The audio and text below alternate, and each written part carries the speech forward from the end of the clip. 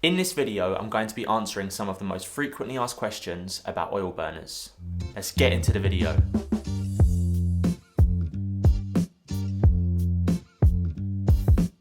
So the first question is, how much essential oil should you use? The answer is that for every 100 ml of water, you should use about 3 to 5 drops of essential oil. Can you use too much essential oil? Yes, you can use too much, and doing so is very dangerous. In fact, we did an experiment where we used too much essential oil, more than recommended, and the result is that the oil burner set on fire. Can oil burners overheat? It is recommended to only have your oil burner on for 4 hours at a time and to keep it on a coaster. This is recommended for health and safety. If you are going to keep your oil burner on a heatproof surface, then you do not need a coaster. But if you're going to use it on a surface that isn't heatproof, then you will want to use a coaster just to protect your surface. An example of this is before I knew a coaster was needed, I put the oil burner on our coffee table and it burned a ring into it, and I had to sand down the tabletop and repair it. What is the best tea light candle for your essential oil burner? So let's start with the worst tea light candle, which is made from paraffin. The reason why it's bad is because it's considered unnatural. It is often derived from coal or petroleum, and sometimes it has a plastic polymer resin added to it, making it harmful to your health. Despite claims that companies make, no soy wax is organic. However, it does burn a lot better than paraffin candles, and it produces little to no soot. Beeswax candles, however, are completely natural, which makes them the most eco-friendly, non-toxic option. However, beeswax candles are not suitable for vegans because they are a byproduct from bees. So far, unless you're vegan, the beeswax candles are in the lead. But which candle burns for the longest? Well, a paraffin candle will last up to 3 hours. A soy wax candle could last 4 hours, and a beeswax candle can last up to 6 hours. Again, beeswax is the winner for the longest burn time, but soy wax does get a point for being a neutral smelling wax, unlike beeswax, which has a subtle aroma. Fragrance-free candles are the best when using them with an oil burner.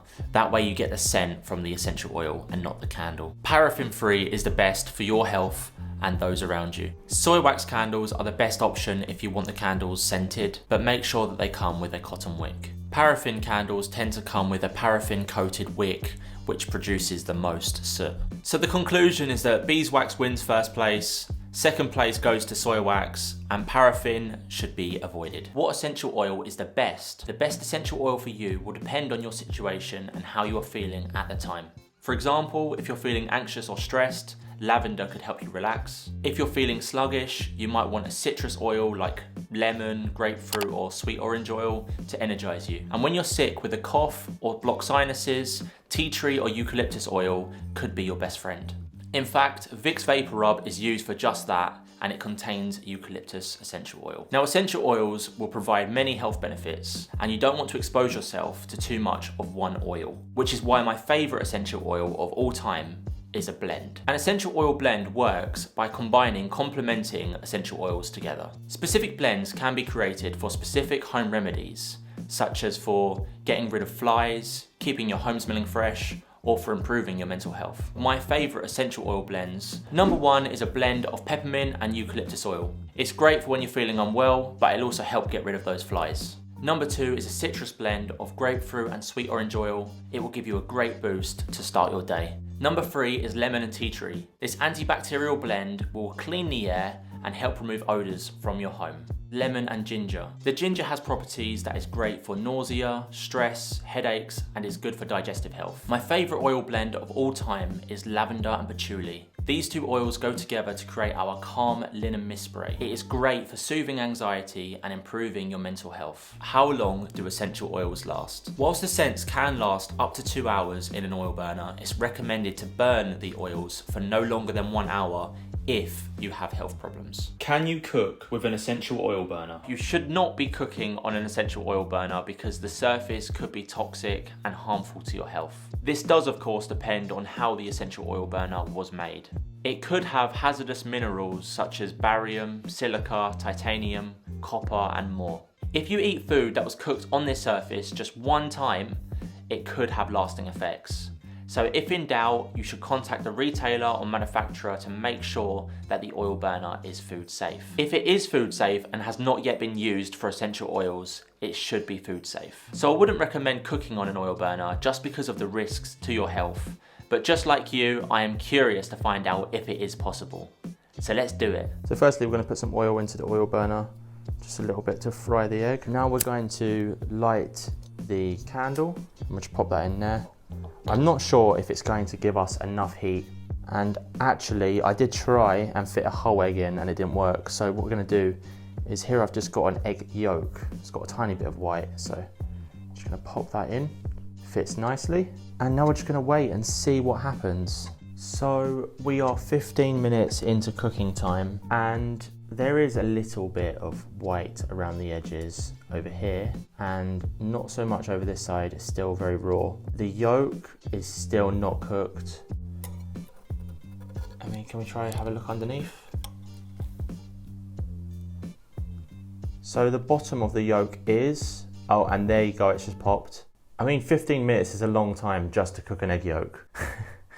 But, you know, I guess it does work if you're patient enough, but you definitely wouldn't want to eat this. What essential oils are edible? Most essential oils, despite what you read on the internet, are not edible. And most of them state on the bottle whether it's intended for internal or external use. The main concern I have around this is how trustworthy the company is and whether their safety standards are being checked. Purchasing edible items online where there has been no food safety checks is always a risk. There are many blogs that state essential oils are safe to use. For example, one blog says that lavender essential oil may be safe to ingest, but doing so may cause side effects such as headaches, diarrhea, or worse. Now, this is not something that I want to experiment with. Essential oils are a part of nature, and my theory is that ingesting high concentrations of anything that hasn't been studied enough is dangerous. The best recommendation I could give you is, if in doubt, go without. Now, let's talk about the essential oils that can be safe if it says so on the packaging. Peppermint oil and orange oil are ones that are often used in sweets and used to flavour chocolate. However, the thing that's important to consider is the dose. According to one source I found online, the safe dose of orange essential oil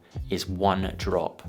And this will vary between different essential oils. As long as you follow these 3 safety tips, you will be fine. Number 1, look at the bottle for guidance and never ingest essential oil that says it's not for internal use. Number 2, never buy edible oils online. Instead, go to a trusted shop where you know that the essential oils have been safety tested. Number 3, if in doubt, go without. Now, following those safety tips mentioned, there is a long list of essential oils that are considered edible in extremely small doses when combined with water. I'm a bit skeptical about these, but they include star anise, bergamot, clove, eucalyptus, and more. Remember though, it's the way that these oils are extracted that determines their safety, and not all essential oil is created equally. Whilst organic essential oil is better because it is less likely to have fertilizers and pesticides in it, it is not a safety standard that gives you the safe all clear. Why you must hide your essential oils from kids. So the short answer is because kids tend to put non-food items in their mouth. Whilst essential oil can provide many health benefits for an adult, most of them are not safe for consumption and are extremely toxic when ingested. This is because they are highly concentrated plant extracts and are volatile organic compounds. One day I used some eucalyptus essential oil in my oil burner and I forgot to put the essential oil away after. My son, who must have been about 2 years old at the time, sneakily opened the essential oil and started drinking it. As soon as I noticed, I stopped him from doing it. And as I knew about the potency of essential oil, I started to look on Google for the potential dangers. On the internet, I found out that most essential oils are not safe to consume, and they can cause poisoning even from small amounts. Side effects can include burning in the throat or mouth, dizziness, convulsions, rapid heart rate, and suffocation. Whilst every essential oil is different, you can overdose on it and it can be fatal. So me and Sadie freaked out and we took our son to A&E. The doctors insisted that they monitored him for about 6 hours and luckily he was okay.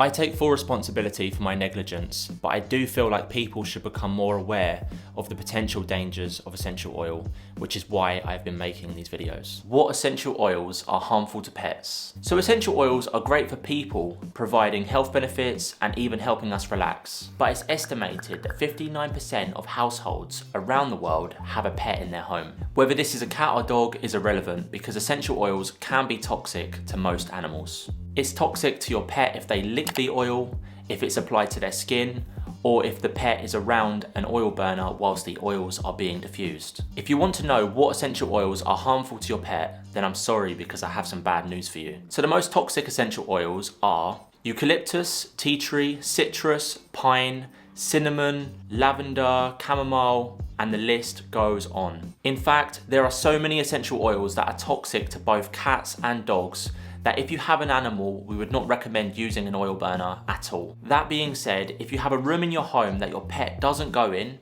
and it is well ventilated, then sure, you could use that room for diffusing oils. So it's a little confusing because these essential oils come from plants that most animals are exposed to in some form or another. But the reason why these oils are so toxic is because they are highly concentrated, not like anything your cat or dog might find in nature. Think of it this way, a seed from an apple has mild toxicity and contains trace amounts of cyanide. But an adult human would have to eat over 150 seeds to 1,000 before they would be at risk of cyanide poisoning. It's not always about the toxicity, it's more about the dose concentration, and that is why essential oils are so harmful to pets. Anyway, I hope you liked this video, and if you did, you will really like this video on screen now as we explore all the dangers of an essential oil burner, or alternatively, check out the playlist below.